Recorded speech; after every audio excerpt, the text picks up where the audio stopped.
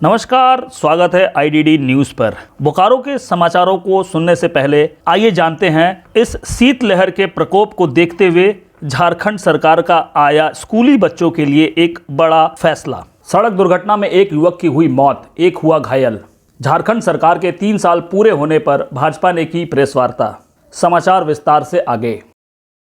चास थाना क्षेत्र के सोलागढ़ी तालाब के पास NH-32 पर एक अज्ञात वाहन की चपेट में आने से चास के एक युवक की मौत हो गई है। घटना मंगलवार की शाम की है, जब बाइक सवार 2 युवक एक अज्ञात वाहन की चपेट में आ गए और पूरी तरह से घायल हो गए। खून से लथपथ बाइक सवार युवक को स्थानीय लोगों ने चास के ही एक निजी अस्पताल पहुंचाया, जहां डॉक्टरों ने उसे मृत घोषित कर दिया।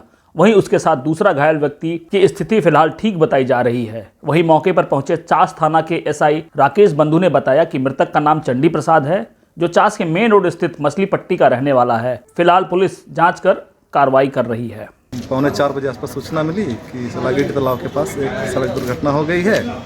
मौके पर पहुंचा तो देखा कि एक युवक सड़क पर गिरा, खून से लथपथ गिरा हुआ है, जिसका विलम्ब स्थानीय राहगीरों की मदद से गाड़ी में लौटकर के मेमोरियल अस्पताल लाए, जहां चिकित्सा मदद जांचों पर बताया कि उनकी मृत्यु हो गई है, जिन्हें फिलहाल मर्चरी हाउस में रखा गया। बाइक में 2 लड़के सवार थे, फिलहाल पता नहीं चली, सर जांच किया जा रहा है और पता चला। मछली पट्टी मेन रोड के हैं, मेन रोड चास के हैं। लड़का का नाम है आपका चंडी घोषाल। पुलिस फिलहाल जांच में जुटी है, गाड़ी का पता लगा रही है किस गाड़ी के द्वारा दुर्घटना कार्य किया गया है। आज दिनांक 3 जनवरी 2023 को झारखंड सरकार स्कूली शिक्षा एवं साक्षरता विभाग ने एक आदेश जारी किया। जारी किए आदेश के अनुसार 4 जनवरी 2023 के प्रथम सप्ताह में शीतलहरी के प्रकोप दृष्टिगत रखते हुए झारखंड राज्य के सरकारी प्राथमिक विद्यालयों में वर्ग 1 से 5 तक का शैक्षणिक कार्य दिनांक 8/1/2023 तक बंद रखने का निर्णय लिया गया। दिनांक 9/1/2023 से समान रूप से कक्षा संचालित होगी। इस अवधि में शिक्षक विद्यालय में उपस्थित होकर सभी अभिलेख अद्यतन करेंगे एवं ऑनलाइन डाटा एंट्री करेंगे। गरीब बच्चों के खाद्य सुरक्षा के आलोक में कक्षा 1 से 5 के उपस्थित बच्चों को इस अवधि में मध्याह्न भोजन यथावत उपलब्ध कराया जाएगा। यह आदेश तत्काल प्रभाव से लागू होगा।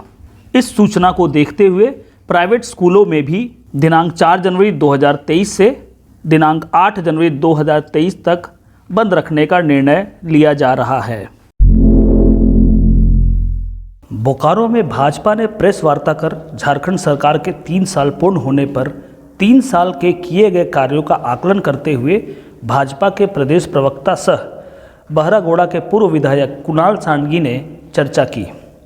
इस दौरान प्रेस को संबोधित करते हुए सरकार के तमाम योजनाओं, महिला सुरक्षा, किसानों के मुद्दे, कानून व्यवस्था, स्वास्थ्य, शिक्षा आदि मुद्दों को लेकर उनकी विफलता को एक एक कर गिनवाया। प्रदेश प्रवक्ता कुणाल सांडगी ने झारखंड सरकार व सरकार व मुख्यमंत्री हेमंत सोरेन के ऊपर कई सवाल खड़े किए। उन्होंने सरकार को घेरते हुए 1932 को लेकर कहा कि उनके घोषणा पत्र में 1932 लागू करने को कहा गया था, तो सरकार उसको क्यों नहीं लागू कर रही है। निश्चित रूप से उसे लागू करना चाहिए। राज्य सरकार केंद्र सरकार के कोर्ट में क्यों गेंद फेंक रही है। कुणाल सांडगी ने और क्या कहा, आइए सुनते हैं। कहना चाह रहा हूँ, जब आप अपराध कर रहे हैं, आपके विभाग के सचिव के घर के परिचित के घर से 20 करोड़ रुपए मिलते हैं, आपके जो विधायक प्रतिनिधि हैं उनके फ़ोन के रिकॉर्ड्स मिल रहे हैं, जो वो पदाधिकारियों को धमकाने का काम कर रहे थे, रिम्स में अपना कॉटेज मैनेज कराने का काम कर रहे थे। आपके जो प्रेस सलाहकार हैं वो महाधिवक्ता को कहते हैं कि इस वकील को लेकर पंकज मिश्रा को मैनेज करना है। जो तमाम बातें हैं ये डॉक्यूमेंटेड है, ये हमारी बातें नहीं है, ये ED के रिकॉर्ड में है और जिसके आधिकारिक पुष्टि हो चुकी है।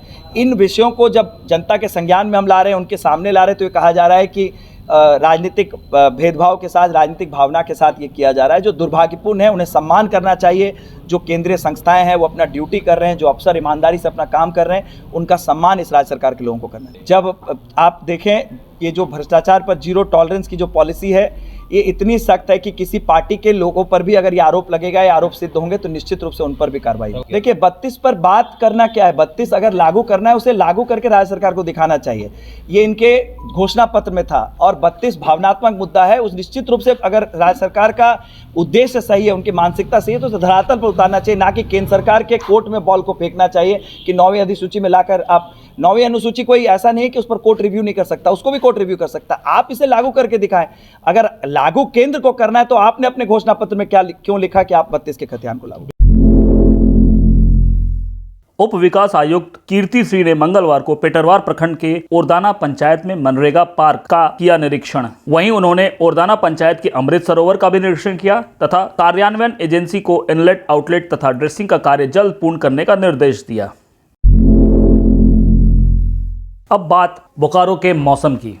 बोकारो में आज दिन की शुरुआत बादल छाए रहने के साथ साथ भारी कुहासा मौसम में बनी रही। वहीं सुबह 10:30 बजे के बाद हल्की धूप भी निकली, लेकिन फिर भी बोकारो में लोगों को कड़ाके की ठंड और शीतलहरी का सामना करना पड़ रहा है।